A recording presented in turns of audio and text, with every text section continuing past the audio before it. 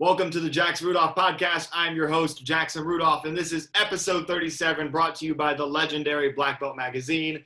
And speaking of legendary, we have an extremely special guest with us today. We have Master Mike Dillard, the founder of Century Martial Arts, one of the most influential figures in martial arts history.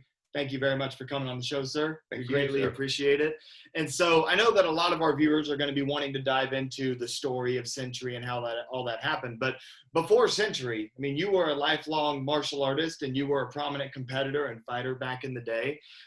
So tell us just a little bit about that, your career as a competitor and what it was like fighting back then. Well, I did start out as a fighter, and then someone had asked me, I worked my way through college teaching martial arts for the university at Oklahoma State University. While I competed, I won my first national championship there as a younger guy, and competed on the circuit. I fought my first matches in about 1969, and my last real competitive matches in 1991. So it's a pretty long career. I competed in more than 300 events. Unlike some other people, I didn't win them all. but I had a great time and learned a lot and met a lot of great people. It's a great way to segue into becoming an entrepreneur in the martial art industry and starting Century. So I had a good time. Absolutely.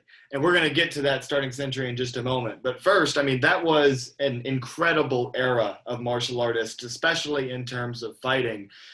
Talk about some of the people that you fought against and maybe who was your toughest opponent, you think? The toughest opponent, that's a tough one. And some more in training, I fought with Howard Jackson a lot, who was a national champion, later became Chuck Norris's bodyguard, and was a good friend until he died. I truly miss him. Great fighter. People I fought often, gosh, Chuck Norris, John Longstreet, great fighter. It's kind of like two separate eras. One was bare knuckle. When I started out, it was bare knuckle fighting. Great fighters back then. Of course, one of the best guys to come out of that era, and my favorite fighter of all time was Bill Wallace. I think he's the best fighter I've ever known, and I'm a student of Joe Louis, among others, and who's also a great fighter. I didn't ever compete against Joe, and I didn't compete against Bill, thank goodness. And then we move on to safety gear. Those days, another round of great fighters, and forms competitors also. And I didn't fall in love with forms until I'd been around for a while. Now I practice them every day. Very cool. And so you mentioned Chuck Norris a little bit there, right? Among other greats. I mean, Superfoot Wallace, so many great competitors of that era. But Chuck Norris would go on to become arguably the most famous martial artist in the world. And I understand you're good friends with him. You're a master in the Chuck Norris system. So do you have any cool Chuck Norris stories, or maybe just tell us a little bit about him? You know, I love Chuck. He's my instructor. He's been my instructor since the 70s. Yes, I'm considered a master in his system. I'm on his board of directors. I worked 20 years with him in film, doing stunts for him, which was a lot of fun and very rewarding itself. Sometimes people ask me about a Chuck Norris story, and I would tell you the first time I ever worked out with him, and he's about 10 years older than I am. And I was a young black belt. I was fighting on the circuit. I thought I was in pretty good shape. I really did. And he came to town to do some photo shoots, et cetera. And we agreed to work out on Saturday morning. We worked out for 4 hours. Wow. And that's Chuck's normal workout. That's twice my normal workout. It's Chuck's normal workout. We went to a place here called Haggerty's Gym, and the first thing he had me hold a square kicking target. Okay, he kicked it. I thought he dislocated my shoulder. It didn't recover for a week, and everybody in the building came running to see what happened because it sounded like a gunshot. Wow! He just kicked so hard. I'd never seen anything like it, and I made that one of my goals, is to be able to kick, at least to aspire to kick as hard as Chuck Norris. We worked out for 4 hours, but at the end, I was so exhausted. Chuck, I'm sweating, he's sweating. Chuck says, okay, let's do some leg lifts. All right.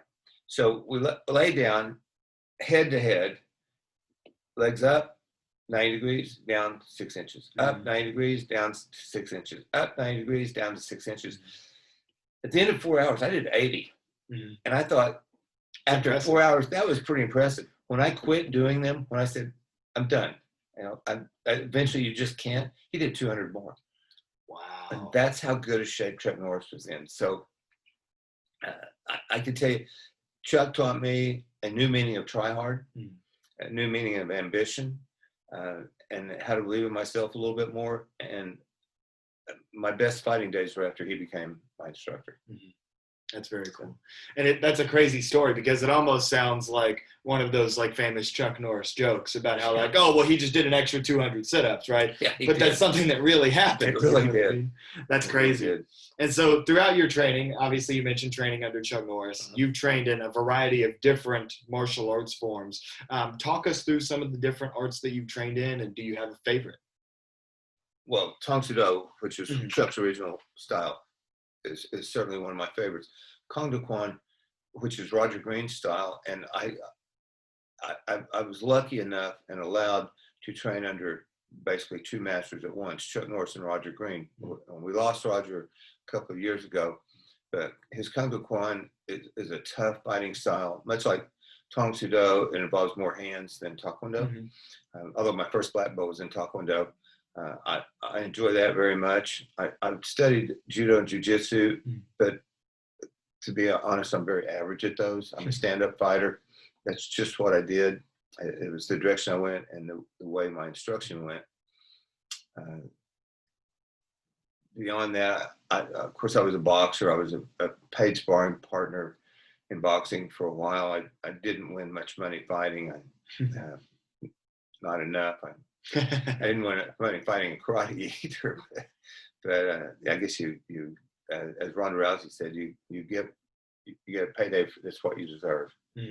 So I had a great time doing it. Absolutely. And I feel like, unfortunately, it's a common story amongst martial artists. There's a lot of great martial artists that go and compete and realize, oh, we can't really afford a living long term, right? And so, that's one thing that a lot of different industries, Black Belt Magazine's doing a lot of work with several organizations to try to, as you guys hear a plane go overhead, Black Belt Magazine's working with several different organizations to try to raise the quality of competitive martial arts so that athletes can start to get that type of compensation, right? But for you, you said obviously not much money in competing, right? And so you ultimately went on to found Century, which I think has made you enough money. Wouldn't you say so? I'm joking. We got the rent's paid. So my question is, give us the start. What started Century? What inspired that? I had another phase of my life after I graduated from Oklahoma State University. I was sent to Bombay, India, now Mumbai. Now it's called Mumbai. And there I trained, and I worked for an oil company. And India is a little bit different place. I was a single young man. Dating is not normal there. It's a different culture with chaperones, et cetera, et cetera. And I had a lot of free time, and I spent most of that studying Goju. And Goju is a great martial art. I enjoy that very much also. But I trained extremely hard there with a great instructor named Pervez Misri. For some time, and after that I moved on to Korea, where I lived both places about a year and studied Taekwondo. Those were good times, but while I was in those places, I did start exploring the idea of importing uniforms and having them made in Asia and selling them in the United States. Since I'd spent so much time on tournament circuit, I knew a lot of instructors, a lot of school owners, and a lot of competitors. And that kind of eased the way into getting them to try to let us service them in their equipment and uniform needs. Very cool. So Century was originally an imported uniform company. I've heard some interesting stories about how some of your first uniforms got sold. Apparently, back in the day, there was a whole lot of uniform ripping that would happen in the fighting style that you guys had.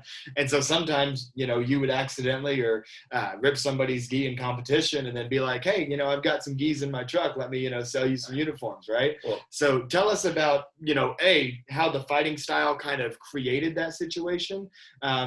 And then just kind of go on to the development of selling uniforms. Basically, the fighting style was grab and punch. Right. Grab the uniform, punch the head, punch the body, bare knuckle. Mm-hmm. My typical Saturday was I would be at a tournament, and I went to a lot of tournaments, but I would have a 8-foot table with some uniforms, maybe some safety gear on it, cup supporter, mouthpieces, and sell those at the tournament and have somebody watch the table for me when it was my turn to fight or do forms.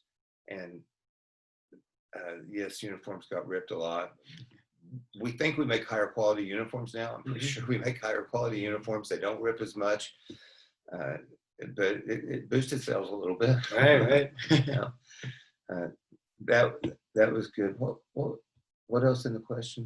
Well, I was just asking about it. It's interesting because in today's sport, people would accidentally rip a uniform because they trip over it or step on it or whatever. Sure. And, it wasn't, you don't see, especially because of the way the gloves are and everything, there's not any like grabbing to generate leverage. So I just find it very interesting from a competitor's perspective that back then, I mean, that was a big part of the fighting, would you say? Right? They would mostly rip right around here.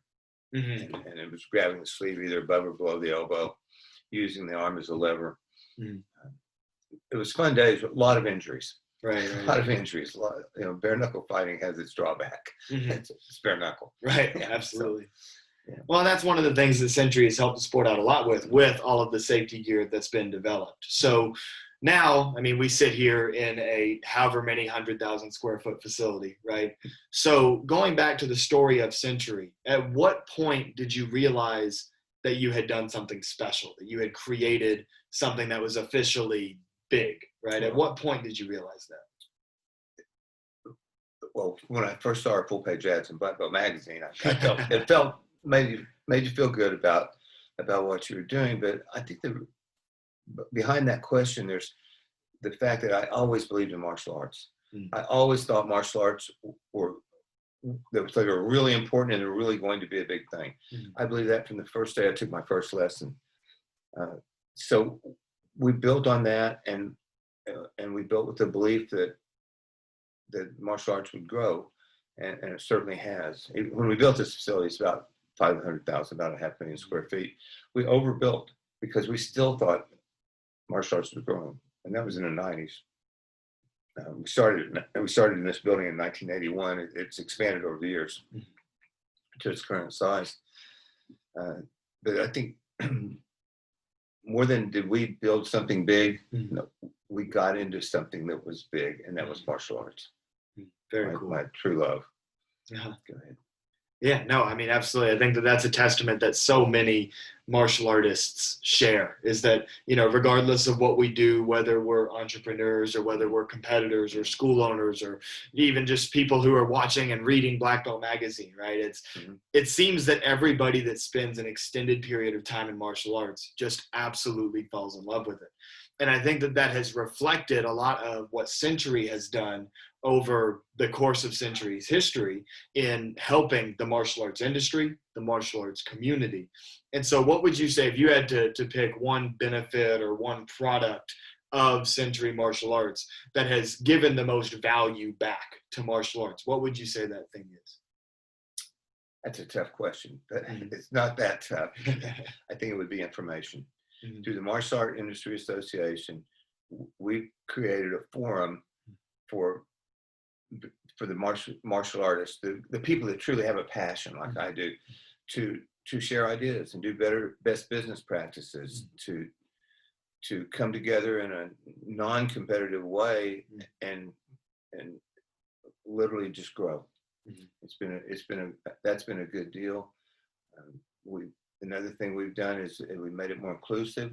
It used to be the schools that I attended were mostly just growing sparring partners. Mhm. You know, if you had a little tuition, that was great, but you could barely make a living. Now you've got people of all walks of life, all ages, especially children, and I think that martial arts has had a little bit of a facelift, and it deserved one. Yeah. I think we're a little bit higher on the social standard than we used to be. Mhm. I hope quite a bit. Absolutely. And I couldn't agree more about how much information has come from Century. And then, of course, through the Martial Arts Industry Association, being able to provide that is something that's truly been special. Do you have something you want to add? Well, I'm talking to the Pied Piper of teaching children. You. So, thank you. So, I mean, you know exactly what I mean. Yes, sir. Absolutely. And thank you for that. So moving on, information is something that's obviously helped a ton. But now let's get into the specific tangible products that you can pick up and use here at Century. What would you say your favorite Century product of all time is? Bob. Bob? That's my favorite one because it's the most fun to play with. Uh-huh. You know, we created Bob. I wanted Bob to be anatomically correct. Mm-hmm. I wanted to have the ribs in the right places, the collarbones, et cetera, make him a true sparring partner. It's incredibly more complicated. It's a multi-stage process to build a Bob. You don't just have a mold and shoot that in. You have to do the skin separate and et cetera, et cetera. You see him in movies just a lot of places. Bob's really fun. That's fun. Bob is fun. Safer sparring gear. You know, we belong to the I forget the acronym for it right now, but the safety technology group that's centered in California, where we test our headgear, and we do test them. I think we have the only certified. I'm sorry, I don't remember the name of the group, but the only certified headgear in our industry for protection of people, of competitors. We do a lot with the gloves. We experimented with lots of different foam and other combinations. Of course, gloves used to be all foam dipped. Now a lot of them are covered with a sewn fabric. That's been great. Another thing we did back in the 70s, you know, reminiscing a little bit, but we wanted uniforms that didn't look. I got teased about wearing my pajamas. You know? Everybody did. So we made uniforms that had a lace up front, elastic in the rear waistband. Now it's more common to have it all the way around. Pockets. Believe it or not, it was the 70s. We made bell-bottom uniforms. We made them longer. We called them pro uniforms. We made them longer so that they wouldn't be like high water pants. It made them fit a lot better. We actually made gi tops in that were waistcoats and had big enough sleeves you could get them on and off with boxing gloves on for kickboxing. Oh, wow. So those are a fun innovation, and that was the first products we sold in Black Belt magazine, and we did well with that. Unfortunately, we don't sell bell bottom pants anymore, and those things have changed. But it's hard. The style does change. The basic white uniform, you know, white was last year's color. It was the year before and the year before that. I'm pretty sure white's going to be next year's in color. So we don't have to change everything every year, but we do enjoy updating the product line. So that raises an interesting question, going off script a little bit here. But, you know, there have been so many innovative and famous uniforms that Century has come out with. A couple that stick out in my mind, you know, you mentioned having the pocket. I remember when I was a kid, like I always wanted to make sure that when I went to karate class that I was like, I got to make sure that I put on the ones with the pocket in the back, just because I thought it was cool, right? You know, sleeveless XMA uniforms, the famous American flag uniform, which is loved by many. Now on Black Belt Magazine, there's a Century product being sold on our shop on the website, blackbeltmag.com. Click the shop button. You can get the Cobra Kai uniforms, like authentic, straight from the show. So what would you say, I'll just ask a simple, what was your favorite? What's your favorite Century uniform you've ever had? Stars and Stripes. Stars and Stripes. Yeah, I was kind of proud of that. It was fun to have a gi that was patterned after American flag. Made a great canvas. It had a lot of pop to it. However, you mentioned Cobra Kai. You know, we made the uniforms for the original Karate Kid. That's cool. It's very cool. So my other question was, I was about to say, you got a call coming in. That's okay. Sorry. But anyway, no, you're good. And so the other question that came up was, you talked about Bob being your favorite, Mhm. and about how there's a lot more that goes into making a Bob than what one might think, right? You also mentioned designing it to be anatomically correct, which is awesome. So if we look at the Bob of today and then the very first Bob that would have ever been in the Century catalog, has it changed much, or have you been able to pretty much preserve the original design? There's very little change. That's cool. Literally, we make the skin, and how you feel the skin, how thick the skin is, how it fills the mold, and the fine tuning of the material that's in it changes the looks of the Bobs a little bit, but we've not purposely made any change in Bob. That's really cool. And that's a testament to how good the initial product was, right? And that's part of what made it successful. I hope so. Absolutely. So now we're going to move on. You talked about the Martial Arts Industry Association. One thing that we haven't gotten to talk a lot about yet, that has just been an awesome opportunity for so many martial artists, especially school owners, is the Martial Arts Super Show. So take us back to the start of the Super Show. Where did that idea come from? And maybe tell us what Super Show 1 was like. Well, the Super Show. The Super Show is the product of the Martial Arts Industry Association. Yes. As I said, we have school owners and instructors who've been teaching in their garage maybe for 10 years, 20 years, and you've got school owners that have 400, 500, 600 students. Okay, sometimes in one location, one big location. Oh, yeah. This guy has a lot of ideas that this guy needs, and this guy you've got to have a passion. If you don't have a passion for martial arts, do something else, please, because it's work. It may seem fun and games, it's work, but it's very rewarding work. So we wanted to create a forum where they could exchange ideas, an idea exchange. The first idea was, well, let's publish a magazine. We'll send it out free. We published MA Success Magazine. We still do. We still send it out free. It's a great place for articles, et cetera, but it wasn't enough. Let's get everybody together in one place, offset some classes, some classrooms, usually 6 are going at a time, plus a trade show floor, and literally pick things, everything from how to insure your school to how to member retention to member recruitment. I mean, I may have a class over here and just how to do better birthday parties and sleepovers, but to make it a better place for community involvement in your hometown or your home area. Let's all get together. There were some great ideas came out of that. And so when we got those people together, we called it the Super Show. And we've had about, I guess we're on our 19th or 20th one now. Wow. Of course, this year's been a COVID mess, but we'll be back in 21, and it'll be good. We've got a lot of great people lined up. We have a lot of super martial artists volunteer their time at the show. Some great teaching. Let me tell you, we're in my office here. I have the greatest job in the world. I do. Martial artists from all over the world come here. They may come to shop. They may come for a photo shoot. They may just come visit, and they do. And they're always welcome. Everybody's welcome. But people come through with these super ideas and so much knowledge. And so we have our gyms. We actually have a weightlifting gym for our employees. We call employees team members.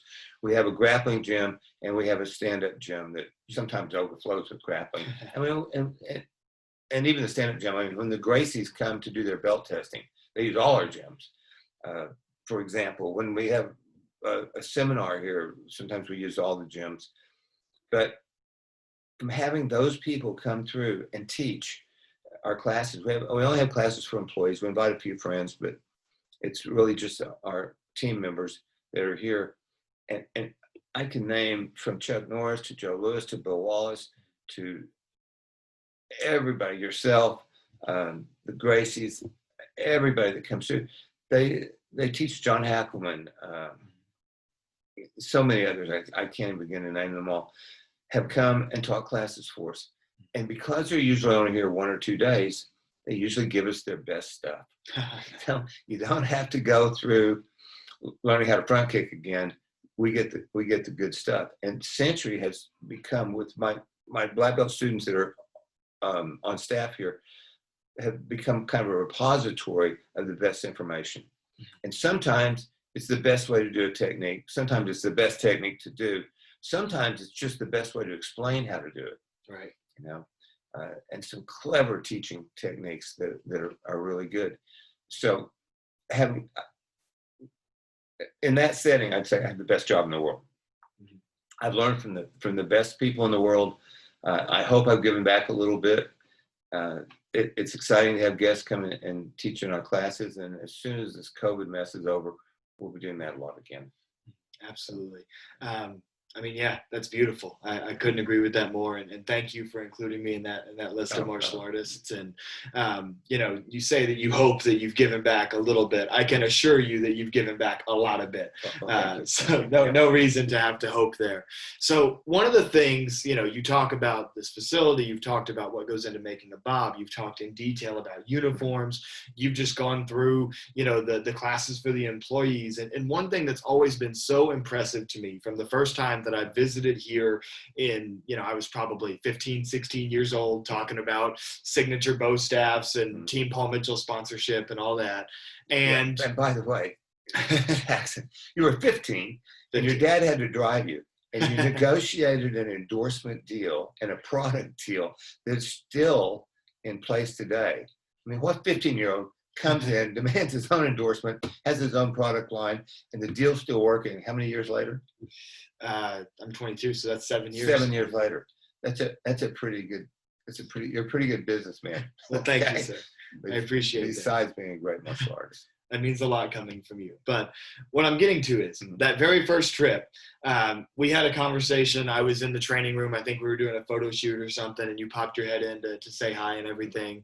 And we had a 30 to 45-minute conversation about the stitching on gi pants. So you have this intimate understanding of seemingly everything that goes on here at Century. And to me, as somebody who looks up to you as a role model, as the great entrepreneur that you are, I can only imagine that type of an understanding of your brand is something that was a huge part of your success. So maybe just some words of wisdom, some advice. I mean, how do you even realize how much you know about what goes on here? Or is it weird to hear somebody tell you, like, hey, you seem to know everything? Well, I don't know everything, but thank you. But you have to understand, when I started the company, first it was me, and I ran an ad in the paper, and I hired 4 seamstresses. Okay, and I had imported. I was 26 years old. I moved back in with my parents. I had a single car garage. I filled it with uniforms I imported, and immediately decided the better way to go would be at that time to make the uniforms. So I rented a space in a shopping center, hired four seamstresses from a blue jean factory, and then it was how do we make uniforms? Well, at that time I went down to Dallas, and on the spot market was able to buy some fabric. I had a little bit of money saved up, and I was working 2 other jobs, and reverse engineered a gi that was made by a company that was no longer in business. And that means every stitch, and you had to take it apart, see what the pieces look like, make patterns, grade the patterns to different sizes, and start figuring out which sewing machines it took to sew each piece of it. Okay. At the same time, you have to be the janitor, have to be the sewing machine repairman. I have to cut the fabric, lay out the advertising, do all the things that every entrepreneur does. I had a lot of fun, a lot of work, a lot of hours. There's another plane. And I wouldn't give it up for anything. Now, of course, we have sewing engineers. We've had as many as probably 250 seamstresses before. We don't have that many right now. A lot of uniforms are made overseas. Again, it's just a function of economics. I don't lay out catalogs. I don't do ads. I don't art direct photo shoots. I'm not the photographer. I wasn't a very good photographer anyway. And but I can go up to anybody in the plant and say, who taught you to do that? And they'll tell me. I say, well, I taught them. So do it my way. But I try not to do that too much. But yeah, I know a lot about it. Somebody asked me how you get to be a karate master, and I said, you outlive everybody else. So around here, I'm the old guy now, and that's okay. Hey, well, that just means you have the most experience, right? Yeah, that's what I try to tell them. But I've got another generation that's into all the new marketing that we do. And I mean, the internet seems simple. It's not, as you know. Social media seems simple. It's not. Reaching our customer with a meaningful message. It's not. But creating need in the end user is one of our goals. We want to. I mean, I think every kid in the world, every child, their parents should teach them to swim and defend themselves. Okay, and both of them should be done professionally. Go to a swimming coach. Go to a real martial arts instructor. Until every child in America has done that, I'm not going to be happy. Okay, when I lived in Korea, I taught over there, and I taught kids. Every child in Korea at that time had to either do taekwondo or they learned to march. Well, they all opted for taekwondo. So I thought that was a really good system. And if I'm ever king, we'll adopt that in America. Okay. Till then, I'm just pushing for a little bit more involvement. Right. Absolutely. Very cool. And you mentioned, just one more thing here before we start to close things out. You mentioned kind of some young, really inspired, passionate martial artists that are in the building that are kind of helping project the future of Century. Mm-hmm. One of them who I work very closely with Black Belt Magazine is your son, Mikey. Mm-hmm. And so I want to just give you the opportunity, maybe talk about Mikey specifically a bit and just kind of what you have in store for the future with Century. Well, Mikey will take Mikey or Michael. More. I call him Mikey. I call him Mikey. Everybody calls him Mikey. But he's extremely intelligent, as you probably know. He's very hardworking. He's a great martial artist. The kid's so tough. I mentioned my broken finger. I broke one of them hitting him. Okay. And I think I still left with a black eye. But yeah, he's his generation. He and my son-in-law Kyle Young will be the next generation of top management in Century. We have some great people now, and I'm not pushing them out the door by any means. And they will take it to new places. And we want to stay up with the modern world. It's okay to be traditional and still use modern techniques. That's okay. Yes, so absolutely, that's where it's going. Yes, sir. And I just wanted to give you the opportunity to speak about Mikey and Kyle. You added just because I know how much hardworking young men. Absolutely. And to me, they're young because they're just younger than me. They're not terribly young. Absolutely. And as someone, I'm working here for the next year and have dreams of going on to medical school. But I also want you to know that I'm excited about the future of Century and everywhere that it's going. And, even if, not if, even when I go to medical school and pursue that dream, I'll always be involved with the martial arts, and we'll always do all I can to help Century and help live out that future. I know it's in your blood, and you represent us well. You asked about Mikey. Oh, the poor kid didn't have a chance. I mean, when he was born, he was going to karate tournaments, and he had to compete. And I took him to Mike Chat's XMA camp, which is Mike Chat's one of my favorite people in the world, and etc. He had to train. Now, sons often don't want to follow exactly their dad's footsteps. So, his passion, biggest passion appears to be Brazilian Jiu-Jitsu. He and Kyle are both great on the mat. And they, they're glad that they do that and I do this. And I'm glad that they do that. I do this too. So, they're born to be that way. I also, I told Kyle, if you're going to marry my daughter, you're going to be able to defend her, and by golly, he can. So I'm pleased about that. Awesome. Absolutely. Well, sir, this has been great. Okay. I hope that our viewers enjoyed it. So much awesome information. Play this episode on repeat. If there's one of these 37 episodes that you go back and you listen to over and over again, make it this one, because Mr. Dillard, you're somebody that I've learned so much from, that I've drawn so much inspiration from, and I can't thank you enough for that. Thank you for coming on the show. Thanks, Jackson. Appreciate Absolutely. you. It's been a pleasure. Thanks. Thank Thanks you. to everybody. And thank you, everybody, for tuning in. I'm Jackson Rudolph, and this has been episode 37 of the Jackson Rudolph podcast on Black Belt Magazine.